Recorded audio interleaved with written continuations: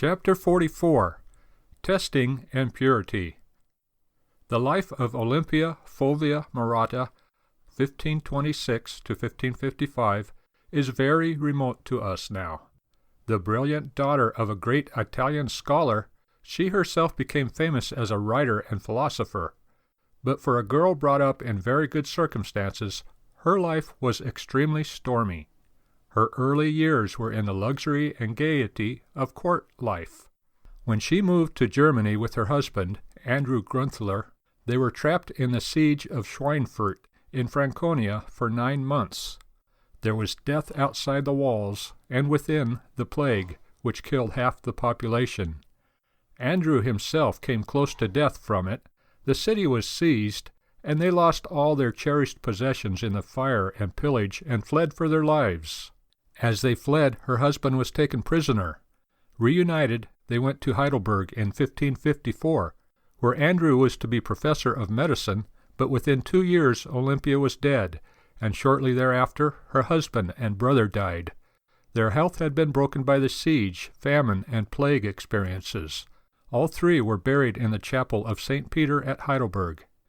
It was a short and hard life for a remarkable and brilliant girl who had been brought up in association with royalty, nobility, and scholars.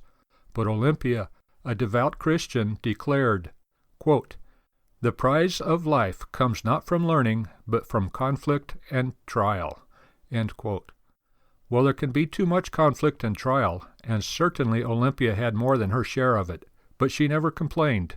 On the contrary, she felt that it was the making of her. Today we shy from conflict and trial. We want to spare ourselves and our children from all problems and trials. But as one biologist has observed, man is a bad-weather animal. That is, man thrives and progresses in terms of troubles and testing. The problem today is that too many people, young and old, are untried and untested, and they are, moreover, rebelling against the very principle of testing. Some claim that even school tests are wrong. In all this, they are not only foolish, but very wrong. The biblical word for purity means tested, refined by fire. We tend to think of purity as something fresh, virginal, untouched, cellophane wrapped. But the biblical word has the meaning of old and tested, refined, experienced, and purged of dross by fire. Olympia was grateful for her testing. We can pray and trust that we and our loved ones be spared the extremities of her trials, but we cannot pray that we be spared from testing by the fires of conflict and trial. It is God's means of refining man, and the fire shall try every man's work of what sort it is. 1 Corinthians 3:13.